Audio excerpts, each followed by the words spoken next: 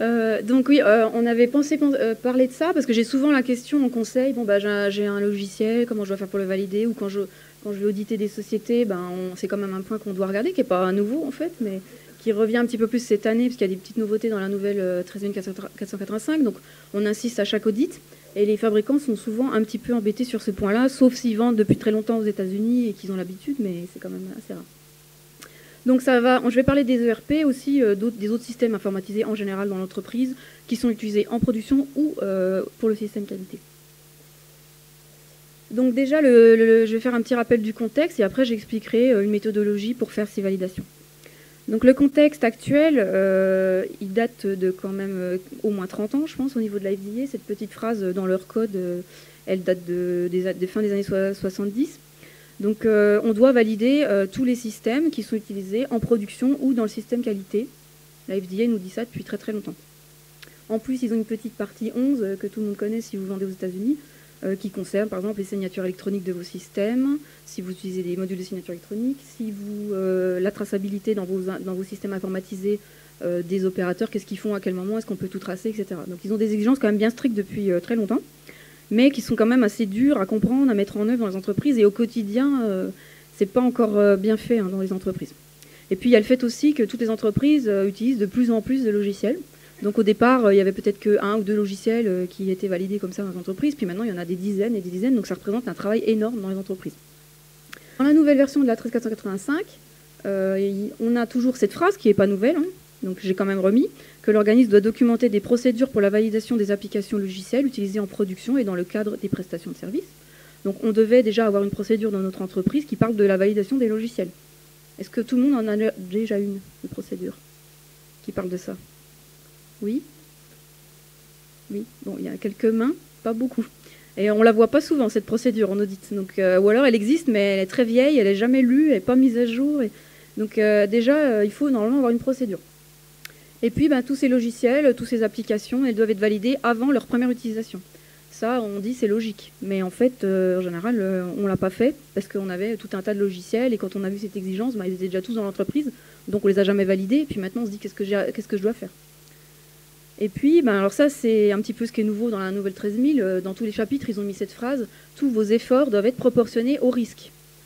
Alors, il faut vraiment prendre cette phrase comme, on va dire, un avantage, un petit cadeau, un petit peu, parce qu'on peut vraiment adapter notre effort au risque. Il faut vraiment le prendre dans le bon sens du terme. Ça veut dire que vous allez pouvoir surtout supprimer tout ce qui n'est pas à risque de votre validation.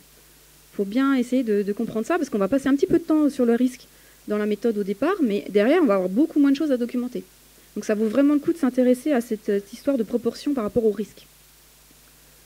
Et puis, bon, bien sûr, c'est de la validation, donc par définition, on doit avoir des preuves, donc on doit avoir des enregistrements de tous ces résultats de validation et des conclusions. Quand je fais des audits, je vois souvent des gens qui ont testé des choses, ils ont fait des petits rapports, etc., mais des fois, je n'ai pas de conclusion. Donc quand vous auditez, vous dites alors tout ce que vous avez fait pendant 3 semaines, tous les tests et tout, mais j'ai pas de conclusion. Est-ce que c'est validé ou pas? Est-ce que vous avez corrigé les bugs ou pas? Et puis là, ils ont perdu la conclusion, ils n'ont pas pensé à la faire. Donc c'est un peu dommage quand vous êtes à l'audit. Alors ce qui est nouveau aussi dans la norme, c'est qu'avant on parlait beaucoup des logiciels de production, donc quand on faisait des audits, on allait regarder l'automate qui faisait telle opération en fabrication et demander s'il était bien validé. On allait regarder tout ce qui était sur les bancs de tests, par exemple les tests finaux qui sont faits sur certains produits en automatique. Donc ça, on sait que c'est direct sur le produit, donc forcément, on regardait.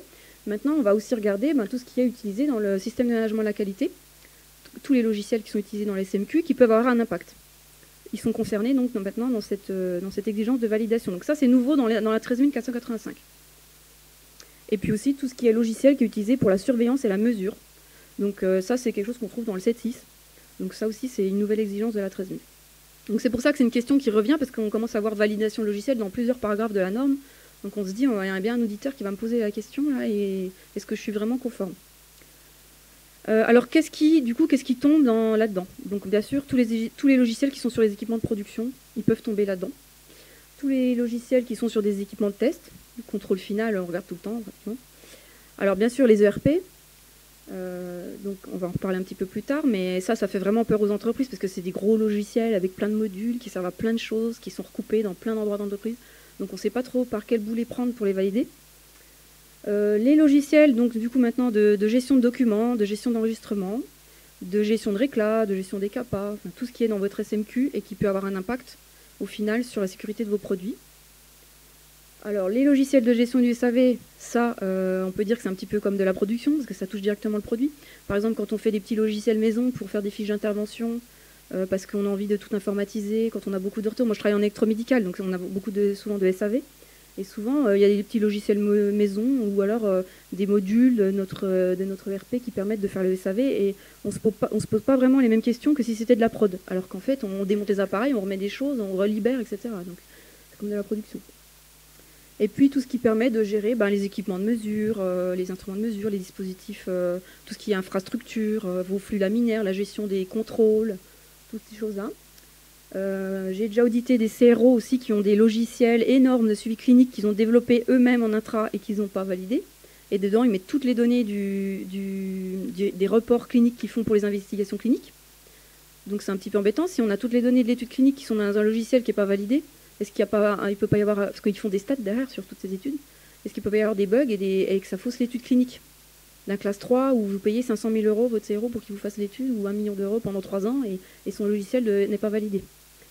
Donc ça rentre dedans. Alors les logiciels d'étiquetage, parce qu'on a beaucoup parlé de l'UDI ce matin, et donc c'est tout automatisé. Je sais pas où il est. Voilà. Tu nous as bien parlé que donc il y avait des automates d'étiquetage automatique, etc. Donc tout ça doit être validé, ça rentre dans l'équipement de production. Suivi des infrastructures, etc. Donc tout ça, ça peut rentrer dedans potentiellement si ça a un impact sur votre produit ou votre SMQ. Donc c'est large. Hein. J'en ai mis quelques-uns, c'est un exemple, mais j'en ai peut-être oublié. Alors oui, puis alors le dernier, mais celui que les gens adorent, toutes les feuilles Excel qui contiennent des macros ou des formules sur tout ce qui concerne ce qui est plus haut. Donc tout ça aussi, si vous avez un développeur fou d'Excel dans votre entreprise qui vous fait des macros tous les jours, il va falloir lui dire d'arrêter parce que tout doit être validé. Donc ça, ça j'en ai vu dans les entreprises où j'ai travaillé et je devais faire ce travail-là et on a vite arrêté de faire des macros parce que le temps que ça prend pour ce qu'on devait montrer à la FDA, c'était un petit peu compliqué. Alors ce qui ne rentrera pas, c'est par exemple des logiciels financiers, ce qui ne rentre pas réglementairement. Après, vous pouvez les valider, mais ce qui n'est pas obligatoire, c'est de valider un logiciel financier ou administratif qui n'a aucun impact sur le SMQ. Microsoft Office, on est content, on ne va pas valider Word, Excel, sauf si on fait des macros. Parce que ça, la FDA a dit que c'était bon, on considérait qu'il y avait des millions d'utilisateurs depuis des millions d'années, donc on dit que c'est validé, même si en fait il y a plein de bugs et qu'ils font des mises à jour sans qu'on le voit, etc. Mais on a le droit de le sortir. Les logiciels de mailing, sauf si dans vos mailings vous avez des choses, des enregistrements qualité, vous avez paramétré votre mail pour faire des choses qui concernent la qualité. Et puis tous les systèmes d'exploitation, ils considèrent que c'est pas quelque chose qu'on doit valider. La FDA, je sais pas. Alors je me base beaucoup sur la FDA, parce qu'en Europe on n'a rien. Enfin, tout ce qui concerne la validation des logiciels, ça vient quand même beaucoup de la FDA, donc on suit plutôt ça. Alors l'étape 1, du coup, quand on a dit ça, comme dirait l'intervenant hier, quand on dit ça, on n'a rien dit. Il faut inventorier donc tout ce qu'on a dans l'entreprise, c'est la première étape. Qu'est-ce qu'on a comme logiciel? Alors il y a quand même plus beaucoup d'entreprises où il y a 0 logiciel, j'en vois encore, hein. J'en connais une ou deux, ils n'ont aucun logiciel, tout est en papier. Mais vraiment rien du tout. Donc là ils sont tranquilles, tout ça c'est non applicable, on passe 2 secondes en audit. Alors après si vous avez des logiciels, alors déjà on voudrait savoir quels sont les logiciels que vous avez, donc un listing. Et déjà ça peut prendre plusieurs semaines de faire le listing de tous les logiciels que vous utilisez dans l'entreprise, dans tous les services. Et là, vous vous apercevez qu'il y a plein de... dans les services R&D, il y a des gens qui ont installé des petits logiciels de calcul pour faire de la conception, des choses comme ça que vous n'êtes même pas au courant. On ne sait pas forcément les versions, il y a peut-être des choses gratuites, payantes, on n'a peut-être pas en plus les licences. Donc déjà, là, ça fait déjà un gros travail d'inventaire et de dire déjà, est-ce qu'on n'a pas des vieux logiciels d'il y a 10 ans qu'on n'utilise même plus, on les vire direct, on les désinstalle et on les vire de notre liste, on n'a pas à s'en occuper. Donc vous pouvez déjà faire un gros ménage là-dessus.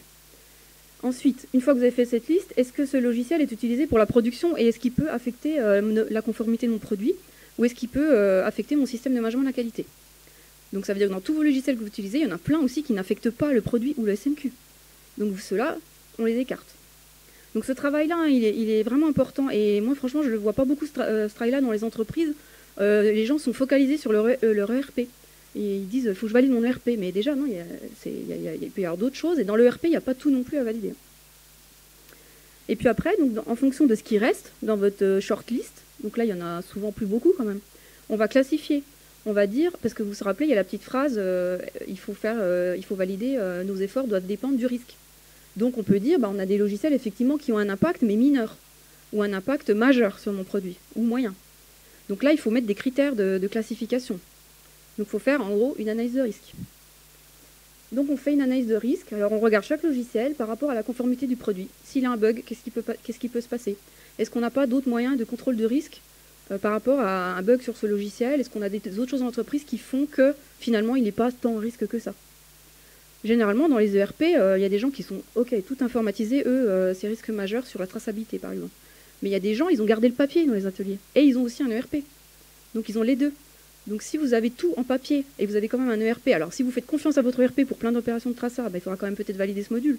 Mais si c'est juste un moyen de suivre pour la gestion de prod et que par contre la traça réglementaire est faite via votre papier, que la libération de l'eau est faite sur les papiers, etc., c'est peut-être pas un risque majeur. Donc vous n'avez peut-être pas à fournir autant de validation que vous pensiez.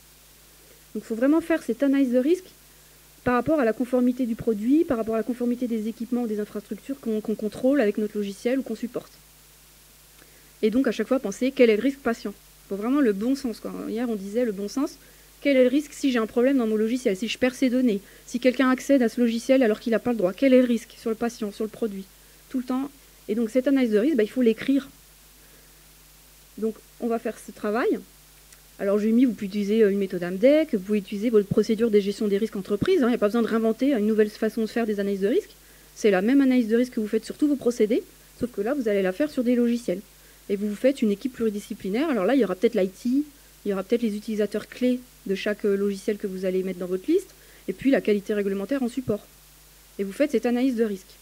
Déjà, quand vous faites ça, vous êtes plus tranquille pour l'audit aussi, parce que l'auditeur, il va vous dire, je ne comprends pas ça, vous ne l'avez pas validé, pourquoi? Regardez, on a fait le risque, et on considère que c'est mineur, donc voilà, on n'a fait que ça, et vous avez votre démarche qui est justifiée. Et vous avez tout à fait le droit de faire ça, autant pour la FDA que pour l'ISO 13485. Donc il ne faut pas vous jeter bien en tête dans, je dois faire des protocoles, QI occupés, j'ai 50 000 trucs à faire. Il faut vraiment déjà faire ce travail. Il y en aura quand même qui seront à valider. Donc vous allez dire, par exemple, sur ce logiciel, j'ai un risque qui est non acceptable, s'il plante, s'il y a un problème, etc. J'ai vraiment un risque produit ou j'ai vraiment un risque patient, ou alors j'ai un risque financier énorme et du coup je le rentre aussi dans mon analyse de risque. Et du coup je le classe en niveau majeur. Donc vous allez faire pareil, il y en a qui vont arriver en niveau moyen et il y en a qui vont arriver en niveau mineur. Donc ça c'est une des façons de faire. C'est pas imposé dans la norme de faire ça, mais moi je trouve que c'est pas mal parce que ça peut vous écarter des choses. Et donc les efforts de validation vont être proportionnels au niveau de votre logiciel. Ça, il faut expliquer dans votre procédure, la fameuse procédure obligatoire sur la validation des logiciels. Il faut expliquer ça. Bon, il y a des entreprises qui ont déjà tout bien expliqué. Donc si on prend par exemple un logiciel d'étiquetage qui, par exemple, imprime sur les blisters directement l'UDI, le lot, la date d'expiration, la référence, etc. Donc c'est quand même, on va se dire, c'est un logiciel à risque. Parce que s'il y a une erreur derrière, le chirurgien, il peut prendre le cathéter et puis il se trompe de taille parce qu'on a imprimé la mauvaise taille sur le sachet et il tue le patient. Donc là, il y a quand même un risque élevé. Donc on cote le risque initial, comme dans une analyse de risque normale. Et donc là, on le met par exemple direct en majeur. Et puis après, on regarde dans notre analyse de risque, est-ce qu'on a d'autres moyens de maîtrise du risque? Par exemple, on peut dire, de toute façon, tous les sachets, à 100%, ils sont contrôlés en sortie de ligne. C'est une pratique qu'on a déjà depuis longtemps, on le fait. Et puis, de toute façon, quand on parle de la libération de l'eau tout à l'heure, quand ils libèrent le lot, ils ont une copie d'étiquette dans le dossier de l'eau et c'est recontrôlé encore par la qualité, etc. Donc ça peut peut-être descendre un peu notre risque initial quand même, parce qu'on a déjà peut-être des moyens de maîtrise. Et du coup, on va dire, dans notre exemple, on arrive à un risque quand même moyen. Mais pas mineur, mais qui est moyen, parce qu'on a d'autres moyens de maîtrise. Donc c'est l'analyse de risque classique que vous connaissez tous. Quand on fait donc là j'ai pris un logiciel d'automate d'étiquette, donc c'est facile. Le RP c'est un petit peu plus compliqué parce qu'il a plein de modules. Donc on a le droit d'avoir une approche modulaire pour la validation. Donc par exemple là j'ai fait un exemple où le RP il fait ça, il fait ces 6 choses. Donc il gère la FAB, il est au niveau des achats pour des commandes fournisseurs, il est utilisé aux ressources humaines pour les temps passés par opérateur, il permet de faire les interventions des SAV, de les suivre. Il permet de faire des indicateurs pour les reportings financiers et il permet de gérer, il fait gestion commerciale de nos clients pour le shipping et toutes nos expéditions et nos factures. Donc logiquement, après on pourra rajouter, maintenant les ERP ils font tout, alors on peut faire plein de choses. Il faut vraiment prendre, si c'est possible, si dans votre ERP ces modules-là sont indépendants fonctionnellement, vous pouvez les classer donc en risque indépendamment les uns des autres. Donc par exemple, là, je pourrais dire que le SAV, pour moi, c'est critique, donc je l'ai mis en orange foncé. La gestion de fab, j'ai toute ma traça qui est là, j'ai aucun document, j'ai que ça, donc c'est vraiment un module critique. Et pareil pour mes commandes fournisseurs, dedans, j'ai mes plans qui sont liés, j'ai mes specs d'achat, j'ai tout, donc c'est un module critique. Par contre, les autres, ressources humaines et finances, on s'en fiche, s'il y a une erreur, il n'y a pas d'impact sur le produit ou sur le client, donc on ne va pas le valider, ou on va faire un truc vraiment mineur. Et puis gestion des ventes, c'est quand même un peu embêtant parce qu'il y a toutes mes factures clients dedans. Alors j'ai peut-être un peu d'information de traçabilité, je vais dire que c'est moyen après mon analyse de risque. Bon là je vais très vite, parce qu'en vrai il faut faire une analyse de risque sur chaque module. Donc on arrive à ça. Et du coup, derrière, on a une stratégie de validation qui est différente pour gestion des fournisseurs ou ressources humaines ou gestion des ventes. On ne va pas du tout faire les mêmes livrables et le même effort. Donc ça va être beaucoup plus facile de valider finance compta, voire on ne va rien faire du tout pratiquement, on peut pratiquement le sortir de la validation. Et pour gestion de la fab, là, on va mettre tous les efforts de validation. Donc une fois qu'on a fait tout ce travail de inventorier, analyser les risques, et puis s'il y a des gros logiciels, faire cette analyse de risque par module, on peut commencer à définir notre plan maître de validation master plan, qui va du coup expliquer nos stratégies. Donc là, je vous ai mis les étapes classiques que la FDA met dans ses guides depuis 20 ans. Après, il y a d'autres méthodes qui viennent du pharma. Il y a des questions en ce moment sur les autres méthodologies. Mais celle-là, je trouve que c'est la plus simple à comprendre. Et en tout cas, si vous faites ça en audit, on est super content. Déjà, on ne voit jamais ça complètement bien fait. Donc la première étape, c'est le design qualification, donc qualification de la conception. Ensuite, qualification de l'installation du logiciel dans votre entreprise. Qualification opérationnelle, donc c'est toutes les fonctions de votre logiciel, est-ce qu'elles marchent. Et puis, qualification des performances, c'est avec votre usage, avec votre paramétrage, sur des scénarios complets, est-ce qu'on est content de notre logiciel. Donc on va faire en fait ces protocoles les uns après les autres pour arriver à dire au final que notre ERP il est validé. Alors on ne va pas forcément faire des Q, IQ, OQ, PQ pour tous les modules. C'est ce que je vous disais, si vous êtes sur du majeur, il faudra peut-être faire les 4 étapes. Si vous êtes sur du mineur, on ne va pas faire peut-être des Q, IQ, OQ, on fera que le PQ, ou on fera que l'OQ. C'est ça en fait qu'il faut expliquer dans votre procédure. Pour un niveau majeur, je fais ça. Pour un niveau moyen, je fais ça. Et pour un niveau mineur, je fais ça. Et après, vous appliquez dans votre activité. Mais ça doit être clair. On doit savoir qui fait quoi, à quel moment, dans l'entreprise, qui est responsable, quel document va devoir sortir de ces phases, et surtout, dans quel cas je vais devoir revalider le logiciel aussi. Parce que la spécificité du logiciel, c'est qu'on change tout le temps de version. Donc c'est pas comme quand vous validez un procédé, et que pendant 5 ans, il ne bouge pas. Enfin, quoique, il y a quand même des procédés qui bougent souvent. Mais les logiciels, tous les 5 minutes, les éditeurs, ils vous disent bon, j'ai une nouvelle version, l'année prochaine j'ai une nouvelle version. Donc il faut voir après l'impact sur votre validation. Alors, si on parle de la qualification du design, alors là, c'est par exemple la qualification du design, elle est plutôt applicable à des logiciels que vous allez même développer vous en interne, parce que là, vous maîtrisez tout le design. Elle est aussi applicable à des logiciels que vous achetez. Vous n'aurez peut-être pas tout à fait les mêmes documents, parce qu'il y a des choses qui vont être faites par votre prestataire, mais vous allez lui demander du coup des documents de vous fournir pour vous valider votre QD quand même. Donc on pourrait dire que si c'est quelque chose qu'on fait en interne, on a des revues de conception, donc on devra les joindre dans le protocole de qualif de design, on va faire des analyses de risque, on va définir des specs de notre logiciel, même si c'est externe, on part de specs, de toute façon pour acheter un logiciel, nous on a déjà des specs. Et puis on va faire certains tests de développement, alors ça sera soit des tests internes de est-ce qu'il y a des bugs de développement, soit des tests faits par votre constructeur. Donc c'est pour ça que certains éditeurs de logiciels vous disent « Ah j'ai tout fait la validation, je vous donne un certificat, déjà en plus je suis part 11 compliante, et j'ai tout fait, vous n'avez rien à faire derrière. » Non, ils ont fait peut-être une partie de votre QD, c'est tout. Mais QI qui est occupé, c'est pas fait. Donc vous ne pourrez jamais rien faire chez vous, jamais. Quand vous achetez n'importe quel logiciel, même un super éditeur qui a super bien fait son travail et qui vous donne des documents pour répondre à ça, il répond qu'à la QD, il ne répond pas au reste. Mais que ça vous aide quand même pour la QD. Alors ensuite, vous pouvez faire un tableau comme ça. Ça, c'est un tableau que j'ai pris sur un blog d'un collègue qui parle de ça. Et d'ailleurs, il a plein de sortes de documents qui peuvent vous servir d'exemple pour faire vos protocoles. Et vous voyez bien qu'en fonction de la classification du soft à droite, donc on a élevé, moyen ou faible, on a listé par exemple des documents, des livrables, qu'on va plus ou moins devoir faire en fonction de la classification de notre soft. Donc si on est en classification vraiment élevée, on a du R, ça veut dire requis. Tout ce qu'on a là, il le faut dans le dossier pour dire que c'est validé à cette phase. Le D, c'est requis mais pas obligatoire. Et ça, ce tableau, c'est juste un exemple. Après, il faut le faire pour vous, pour votre entreprise. Donc il ne faut pas que ce soit... l'auditeur, il va regarder ça. Donc il ne faut vraiment pas que ça soit j'ai rien pour rien, je m'autorise à rien faire. Il faut qu'il y ait une limite. Mais il n'y a pas d'exigence réglementaire précise. C'est vraiment vous, dans vos politiques de validation logicielle, dans votre entreprise, en fonction du risque, que vous allez dire, moi, je veux absolument avoir tel document à tel moment parce que ce logiciel est à risque ou pas. Mais il faut ça, que ça apparaisse dans la procédure ou dans votre validation de master plan. Après, quand on parle de QI, bon bah là, on arrive sur l'installation du logiciel dans votre entreprise. Donc vous l'avez acheté chez un éditeur ou vous l'avez développé en interne et maintenant vous le déployez dans l'entreprise. Donc là, il y a forcément un réseau dans l'entreprise, il y a des gens qui vont avoir accès, il y a des connexions qui sont nécessaires. Alors pour un ERP, ça peut être très compliqué. Et donc, vous allez bien devoir tester tout ça. Donc ça, c'est pas votre éditeur qui le fait, c'est bien vous, c'est dans votre entreprise. Ou alors, c'est votre éditeur qui vient chez vous faire les tests de QI, avec ce que vous lui dites de tester, selon votre procédure. Donc, il va falloir tester tout ce qui est hardware. Est-ce que c'est OK pour l'installation de ce logiciel? Il y a des prérequis techniques pour les logiciels. Donc, nous, dans notre entreprise, est-ce qu'on répond déjà à ces prérequis en termes de réseau, de débit? Donc là, il va falloir impliquer vraiment l'IT de votre entreprise. Donc, par exemple, quand je fais des audits, moi, je vais souvent voir l'IT pour voir un peu ces choses-là. Donc, l'IT, déjà, ils ne sont jamais audités. Donc, on va au sous-sol, troisième sous-sol, dans la cave. Il y a 2 gars qui font l'IT, qui ne voient jamais personne. Et on leur demande, avez-vous fait une petite validation d'install de votre ERP l'année dernière? Et là, alors eux, ils savent faire techniquement, mais les documents, c'est pas forcément leur truc. Donc il faut vraiment un soutien qualité là-dedans. Donc la qualité, n'ayez pas peur d'aller voir l'IT, ils ne mordent pas, et on peut leur faire des tests avec des documents qui montrent que la QI est validée. Alors on va aussi à cet endroit-là récupérer les contrats de maintenance. On va vérifier qu'on a des contrats de maintenance avec notre éditeur, parce qu'avec tout ce qui est gros ERP, etc., des fois on achète, on est content, mais il n'y a pas de maintenance derrière, sauf si on en a repayé. Donc il faut être sûr qu'on a bien une maintenance effective.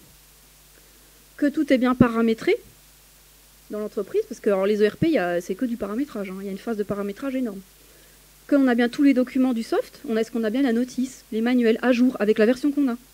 Parce qu'on a des fois, on a le premier manuel, et puis 3 ans après, on a passé 3 versions, on n'a plus de manuel, on ne sait plus où on en est. Est-ce qu'on a bien formé le personnel à l'utilisation? Donc tous les personnels de l'entreprise qui utilisent l'ERP, je vous conseille de prendre à chaque fois, dans chaque service, un utilisateur clé, le key user, comme dit Laguier, et de former cette personne, et lui c'est le référent dans le service pour les autres. Et puis c'est lui qui va faire peut-être des tests aussi pour vous aider à valider. Donc il faut qu'il y ait de la formation, et il faut qu'il y ait des documents du SMQ qui déroulent un peu l'utilisation de l'ERP. Alors il y a des entreprises qui me disent, oui, mais alors si on fait des instructions qui déroulent le fonctionnement de notre ERP, c'est compliqué, parce qu'on est obligé de mettre des copies d'écran pour expliquer aux gens, puis après si on change de version, les copies, il faut toutes les refaire, il faut faire toutes les instructions. Bah oui, mais en même temps, s'il y a quelqu'un qui arrive de nouveau dans l'entreprise, qui ne connaît pas le logiciel, comment lui expliquer, comment le former si on n'a aucun support documentaire? Donc faites pas des trucs trop détaillés, mais au moins les bases, comment se connecter, accéder, et au moins sur les modules critiques, faites un petit peu de documents quand même pour expliquer aux gens du service comment se servir de l'ERP. Et pareil, vous faites le petit tableau de la QI qui dit, bon bah là, par exemple, vous voyez, pour les lots, je ne fais pas de QI du tout là. Enfin, c'est désiré, mais pas obligatoire dans cet exemple. Et puis par contre, pour le médium, on dit, ok, je fais un protocole de QI qui va regarder ces points. Donc ça, c'est les points qu'on doit reprendre dans notre protocole de QI, de test. Et puis, je ferai un rapport par rapport à ces points, mais je ne ferai pas d'enregistrement documenté. Ça veut dire que, par exemple, je ne vais pas mettre les preuves. Quand on dit les QI, les records, ça, c'est les preuves. Est-ce que je ne vais pas mettre de copie d'écran, que ça marche? Je vais juste dire aux testeurs qu'ils mettent OK et qu'ils signent. Pour un truc moyen, ça peut passer pour la FDA. Par contre, pour un logiciel de niveau élevé, il faudra absolument les preuves. Pour à chaque fois dire qu'un test est bon, il faut une preuve. Preuve documentée, donc généralement des copies d'écran, des choses comme ça. Une copie de l'architecture du réseau, une copie de la feuille qui dit les prérequis dans la notice et qu'on est bien conforme à ces prérequis, etc. Donc c'est très très long à documenter quand on doit mettre les enregistrements. Et puis alors le dernier point, on teste là la migration des données. Ça c'est le gros sujet. Quand vous changez de RP ou vous changez de version de RP, il faut faire une migration des fois des bases de données. Et ça c'est vraiment délicat, il y a tout dans notre base de données, on doit migrer.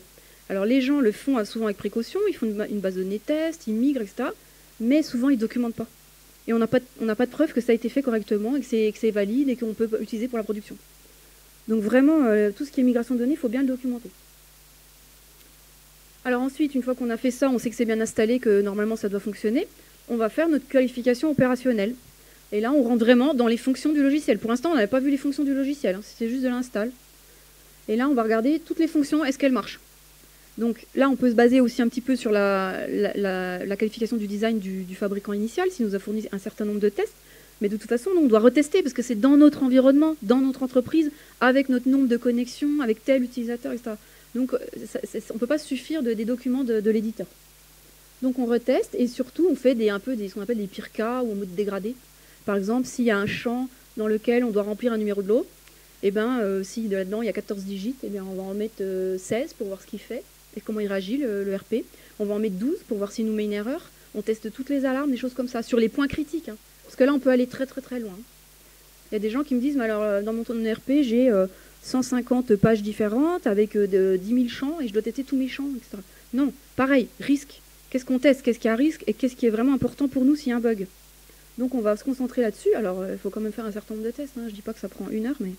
Et en plus, vous pouvez donc découper vos protocoles de QO dans tous les services pour que chaque service participe à cette validation.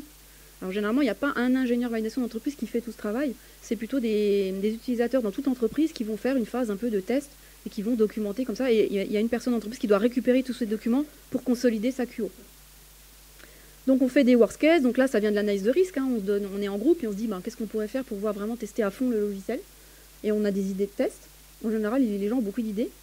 Et on teste du coup aussi tout ce qui est sécurité du logiciel. Donc s'il y a des alertes à des moments qui doivent apparaître, on teste qu'elles apparaissent bien, etc. Et on teste surtout aussi les sauvegardes et les restaurations. Est-ce qu'on arrive, si on fait exprès de perdre des données, est-ce qu'on arrive bien à les récupérer? Est-ce qu'il n'y a pas de souci de ce côté-là? Ça, c'est important. On teste les fonctions de maintenance. S'il y a par exemple un accès à distance du logiciel qui est possible pour dépanner, on regarde si ça marche. Pareil, on prend le manuel de maintenance et on regarde si les fonctionnalités marchent, celles dont on a besoin. Et puis à ce moment-là, si vous vendez aux États-Unis, il y a la part 11 aussi qui a à revérifier en QO. Est-ce que vraiment, si vous a dit que la signature électronique marchait, votre éditeur, est-ce que là, avec notre paramétrage sur nos installs, ça marche bien, le flux se déroule bien ou il y a des problèmes? Est-ce que j'arrive bien à faire de la traçabilité dans mon logiciel? Enfin, tous les points de la part 11. Et pareil, donc on fait notre petit tableau. Donc ça, c'est ce qui est dans notre procédure ou notre VMP qui va nous dire. Alors vous voyez, pour le lot, là encore, on peut dire que c'est possible, mais c'est pas obligatoire. Et puis au final, donc la qualif des performances. Donc là, quand même, quand on a fini la QO, on sait qu'il n'y a pas de gros bugs, il n'y a pas de gros dysfonctionnements, c'est bien installé, tout le monde est formé, ça devrait marcher. Quand on fait la QP, là, on va aller un peu encore plus loin. Alors des fois, les gens ne font pas de QP. Vous avez le droit, parce que la QO, vraiment, c'est quand même, ça sécurise déjà. Après, il y a des gens qui font une QP, puis même une QPP. Mais on peut faire plein de choses, mais la QP, ce qui est pas mal, c'est de voir quand même sur un scénario complet. Parce que vous savez, en QO, on va être module par module, mais sur une QP, on peut passer à travers différents modules de ERP. C'est-à-dire partir des achats, de voir le travail qu'ils font, de dérouler un scénario, puis après de faire une remontée de traçabilité sur la matière, en fabrication plus bas, sur le module gestion des clients pour voir si la traçabilité aval est bien OK aussi, etc. Donc on peut aller beaucoup plus loin. Et donc là, il faut impliquer différents services. Donc c'est un peu plus lourd les tests de QP. Mais là, on va pouvoir aussi voir les performances du logiciel. Parce que qui n'a jamais été devant un ERP et fait une requête et j'ai oublié de mettre l'astérisque. Et là, on est parti pour 20 minutes de moulinette dans le ERP et on a le temps de boire 4 cafés. Ça m'arrive tout le temps en audit, à chaque audit, sur tous les ERP.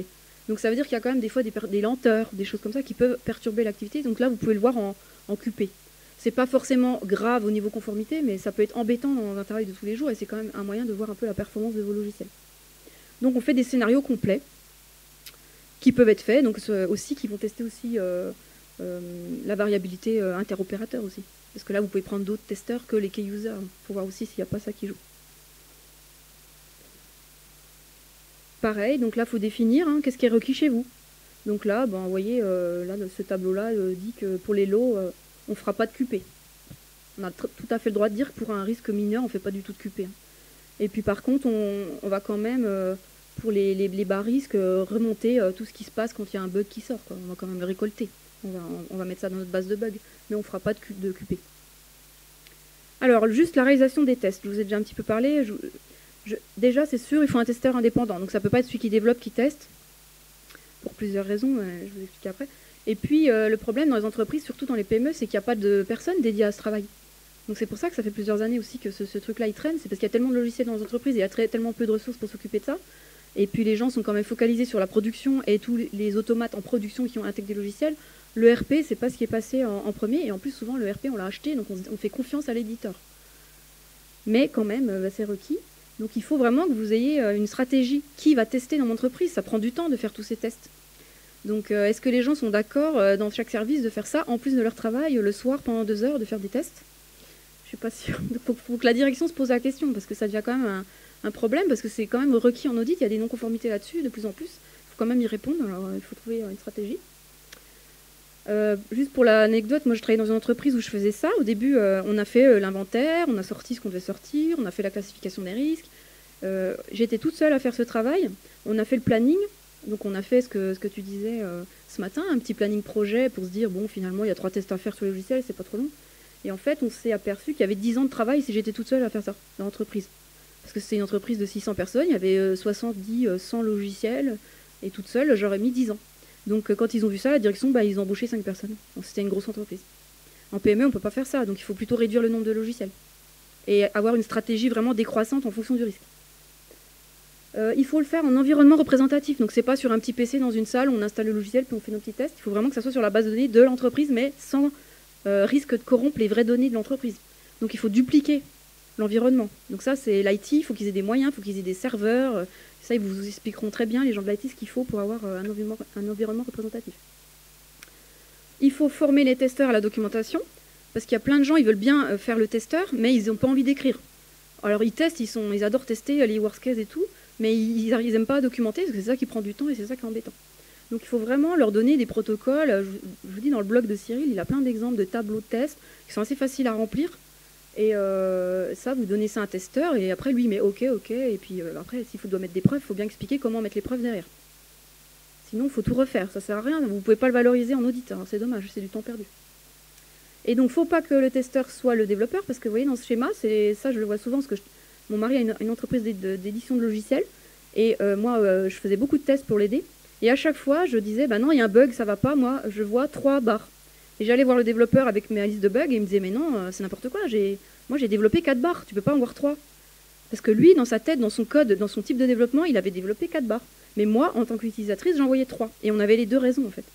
C'est juste que lui, ce qu'il avait compris en développement, c'est pas ce que je voulais comme utilisation. Et donc, ce qui compte, c'est le testeur, c'est pas le développeur. C'est celui qui utilise. Si lui, il trouve que ça marche pas, c'est que ça marche pas. Même si ça a été bien développé au départ.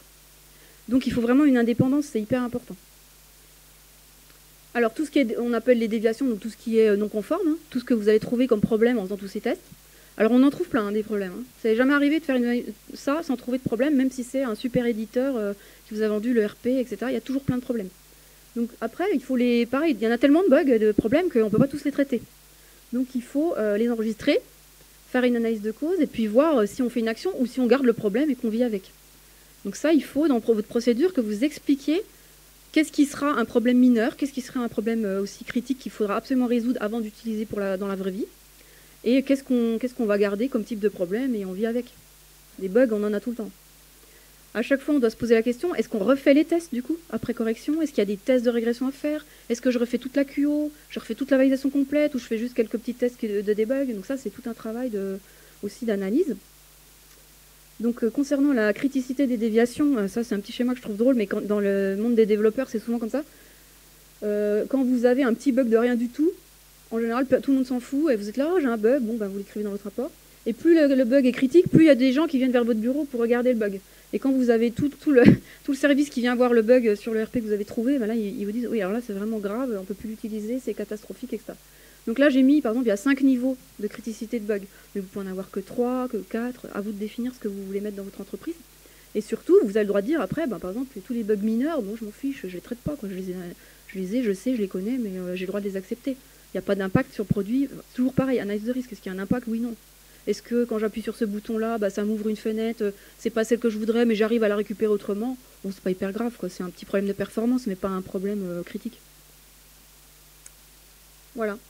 Donc nous, quand on audite, ce qu'on regarde, c'est les rapports de qualification. Donc c'est la preuve de tout ce travail. Donc on doit tout voir dans l'ordre, avec les bonnes dates. On n'a pas le droit de voir la QP avant la QI, etc. Il y a une logique. On doit voir s'il y a eu des bugs, leurs résultats, qu'est-ce que vous avez fait, est-ce que vous avez retesté, est-ce que vous avez revalidé. Et surtout, on doit avoir une conclusion qui dit que c'est validé. Donc la conclusion, elle manque souvent dans les rapports. Et puis, donc, si vous avez beaucoup de modules, par exemple, dans votre RP, vous ferez un rapport global qui traite chaque module pour avoir vraiment un sommaire final qui va tout synthétiser et qui permet de justifier aussi si vous avez changé d'approche en cours de route. Conclusion globale, très importante. Au final, une fois que vous avez tout ça, c'est jamais fini parce que les gens, ils mettent à jour tout le temps, dans tous les services, en permanence. Donc, il faut former les gens aussi, de ne pas faire des mises à jour sauvages sans informer les gens qui font la validation. Sinon, tout votre travail, il ne sert à rien. Donc il faut aussi se dire, par exemple, peut-être une fois par an, dans ma procédure, je dis une fois par an, je vais reprendre ma liste de logiciels et je vais déjà être sûr qu'il n'y en a pas des nouveaux ou que les versions n'ont pas changé et voir si j'ai des revalidations à faire. Donc ça, c'est un travail qui doit être dans vos procédures SMQ, sinon on oublie de le faire. On peut aussi dire, bah, je vais regarder, il n'a pas changé, c'est la même version, mais au lieu d'avoir 10 personnes dans mon entreprise, maintenant j'en ai 60 et puis ils sont tous connectés sur l'ERP. Donc peut-être la QP, il faut que je la refasse parce que je suis peut-être pas sûre qu'elle est aussi bien que la première fois.